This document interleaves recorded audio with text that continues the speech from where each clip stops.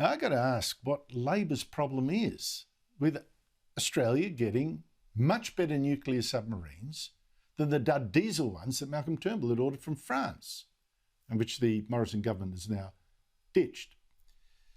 Now, a week ago, Labor was backing this new deal.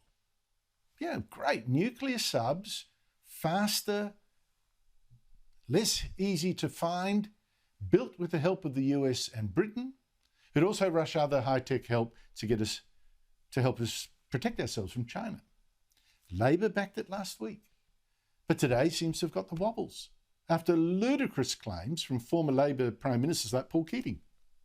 Keating saying this deal, switching it to America and Britain, that means we're going to lose our independence. And former Labor Prime Minister Kevin Rudd today even claimed that the Morrison government made this massive change to nuclear subs simply to switch the topic from its vaccine rollout. The secrecy factor has proceeded from what really drives Morrison here, which is a domestic political agenda shift, given pandemic impacts on his government's re-electability, and the desperate need to have a massive agenda shift to national security, with him looking hairy-chested on China. Now, how idiotic is that?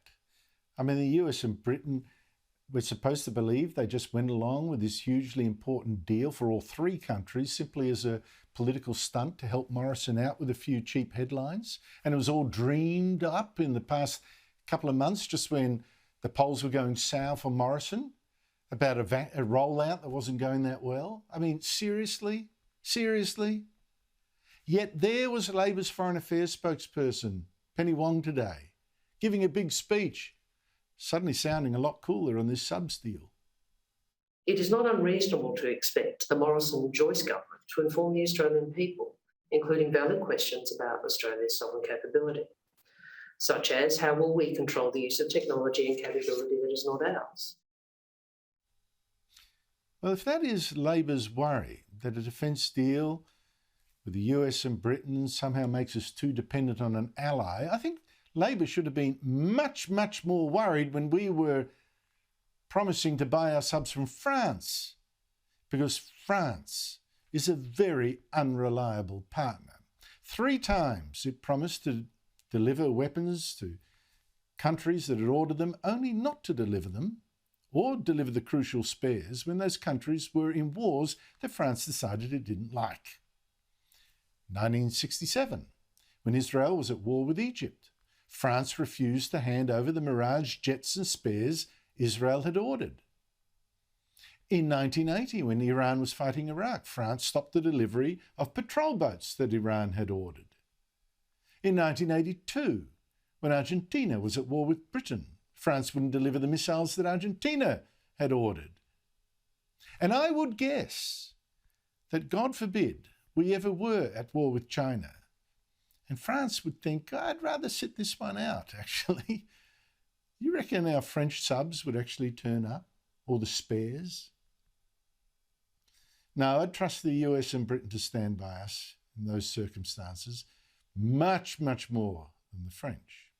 So a massive Labor fail on that argument, and the Prime Minister today went for them. I don't have each-way bets on national security. If the Labor Party wants to have an each-way bet on national security, then I just think the Australian people need to know that.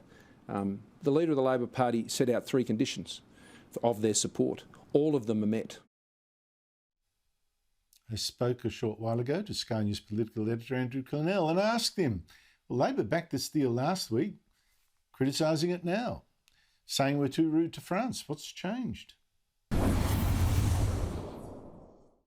Well, they are splintering on the left and Paul Keating's putting on pressure.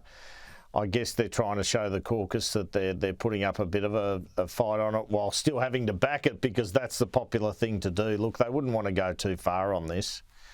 On national security, it's just best to stick with the government and try and win power. Once you win power, you can review everything, can't you? And look, it's quite interesting that there's an 18-month time frame on this task force to decide what to do. for all we know, Scott Morrison will just buy some subs off the shelf of the US or lease them from there, and you'll never get this Adelaide project.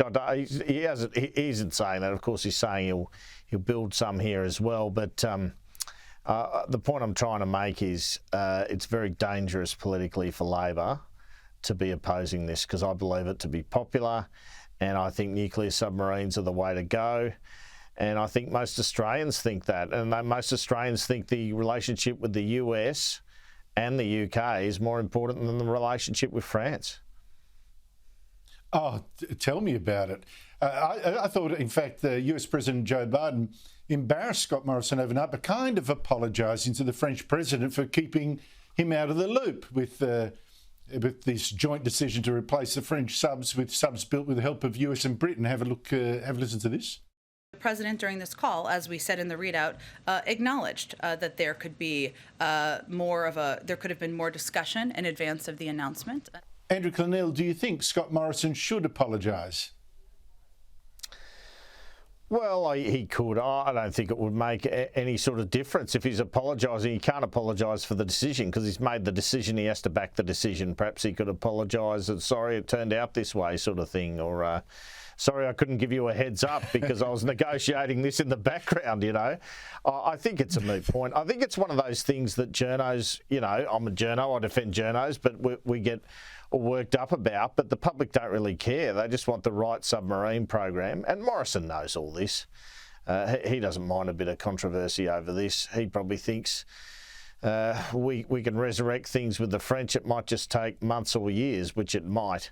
But having stood like 5 metres away from Macron and Morrison when they made statements at the Elysee Palace, should I say, and it was all about backing Australia on the Indo-Pacific, it does make you cringe a bit, this whole affair, because that was only 3 months ago. I know, I think there's a lot of pride there, but I think it's really stupid for us to be essentially apologising for getting a much better submarine than the French were offering. I mean, it's about national defence in the end. Now, that said, the Prime Minister today was really heckled by one reporter, it seems to be in the water at the moment, who suggested he had to apologise to the French president. But Morrison had to admit that President Macron, is not even taking his calls. Have listened to this. Are you willing to apologise to Macron now, or when you get to speak to him, will you say sorry to him for what's happened? I acted in accordance with Australia's national security interests. So you want to apologise for that? That is something Australia should always do, and I think all Australians would expect me to do. But if you reached out, have you offered have you tried to call him and speak to him now, and is he just not taking your call? Yes, we have, and the opportunity for that call is not yet. Andrew Clennell, is this rift serious, or, look, it's only France, it's the other side of the world, let them cool down, and no doubt the French president is playing this for political reasons as well? Well, it's serious enough, but, you know, no one's going to war over it, so I think in time wounds do heal, and, yeah, you raise a very good point. Both of them have elections, and Morrison and Macron are both going to say and do things that assist them with their elections. It's as simple as that. Well, I think it's interesting that a little muted sorry from the US president, and suddenly they're all best friends again. So honour must be satisfied. But that's now actually 2 presidents, by the way, Andrew, that are not taking Scott Morrison's call. The president of China, the president of France. I don't know. What does it say? I hadn't have thought of it that way, to be honest, but he's not too worried politically about the French rift, and the China rift is not a bad thing politically for him either, unless it really affects our exports more. So, and China, well, they just have a very hardline stance against anyone who doesn't see their way, don't they? But yeah, real difference with the US. I mean, it shows how the US matters to these countries much more than us, as you'd expect, because there's still phone calls between President Xi and President Biden. I don't know if they're that friendly about each other once they get off the phone, but we get a regular read out of those.